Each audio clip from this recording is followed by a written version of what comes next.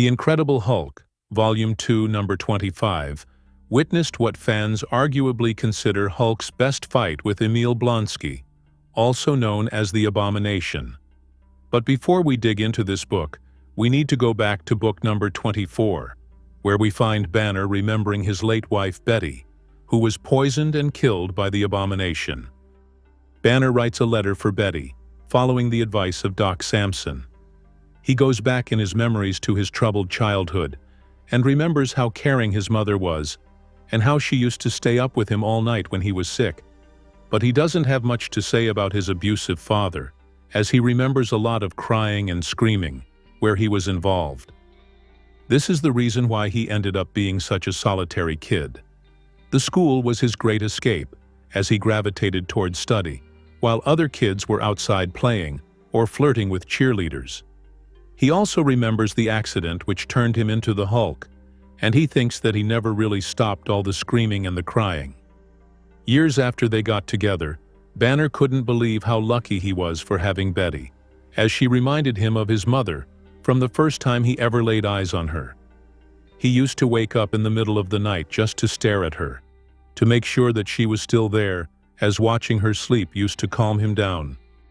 He was living a beautiful dream, but it didn't last for long, because Betty died and left him alone.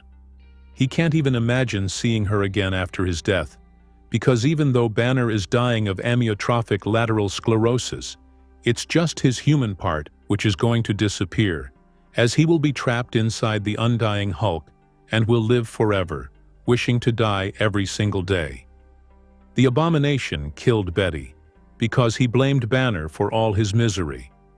Blonsky's wife Nadia believes her husband is dead.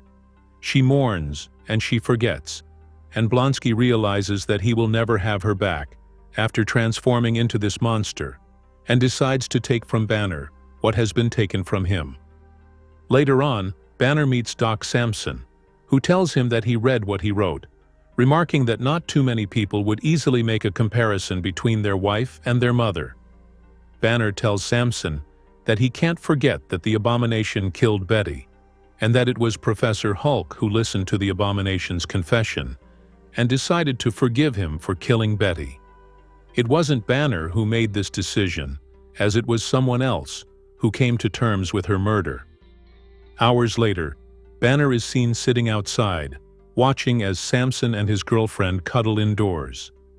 General Ross suddenly approaches Banner and tells him that he didn't come to arrest him, and admits that he made a mistake by directing all his anger at Banner, as Betty's death was not his fault.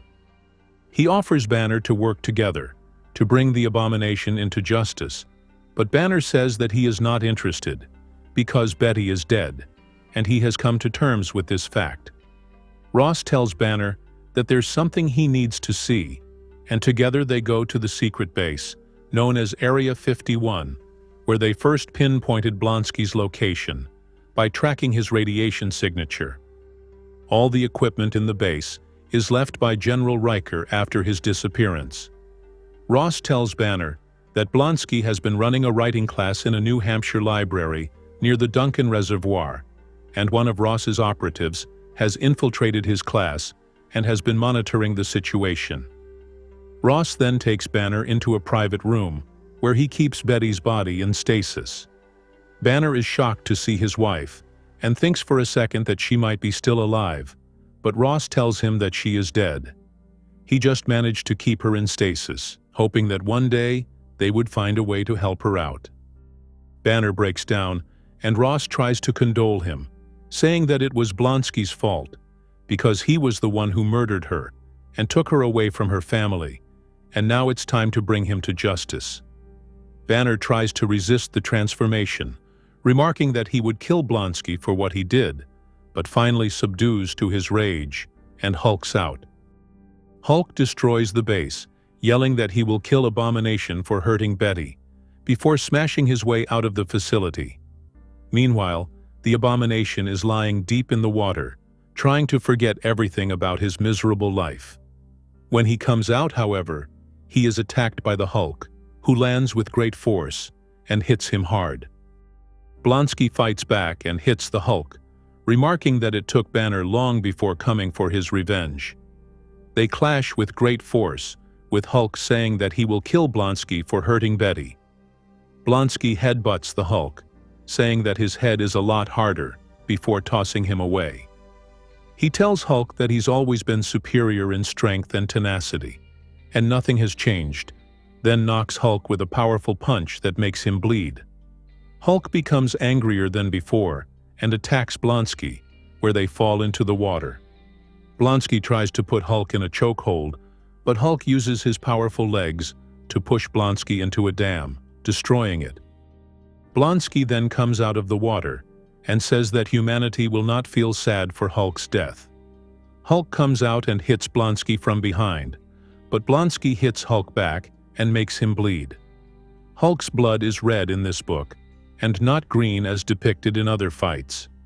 Blonsky tells Hulk that although he has all the power in the world, he doesn't have the craft to use it properly, and couldn't even protect the woman he loved.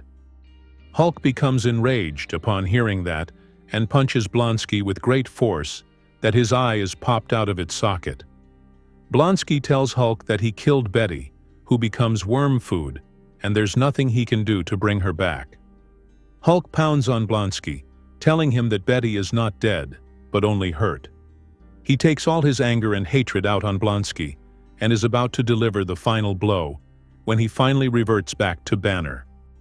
Later on, Blonsky is taken into the Area 51 facility, where Banner visits him and tells him that he is recovering well and that General Ross allowed him this visit before going back to his normal life. Instead of apologizing for the murder he committed, Blonsky tells Banner that he hurt him more than any man ever could, and the pain he can see in Banner's eyes will sustain him forever. Banner, however, doesn't want to say goodbye without mentally destroying Blonsky after he destroyed him physically.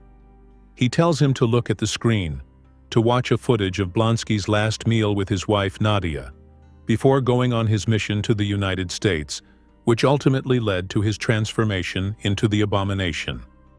In this footage, Blonsky and Nadia embrace, with Nadia telling her husband that no matter what happens, she will always love him.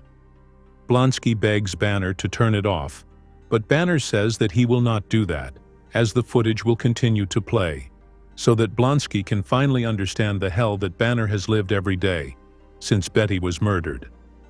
Banner tells Blonsky to choke on it, leaving his enemy begging for mercy, until nothing is left but his screams. As Banner walks out of the facility, he turns into the Hulk and walks away. I have reviewed this story more than once, but always felt the urge to review it again, because in my book, it's one of Hulk vs. Abomination, best stories ever told. Hope you liked the video. Don't forget to subscribe, share, and like. Thanks for watching, and have a nice one.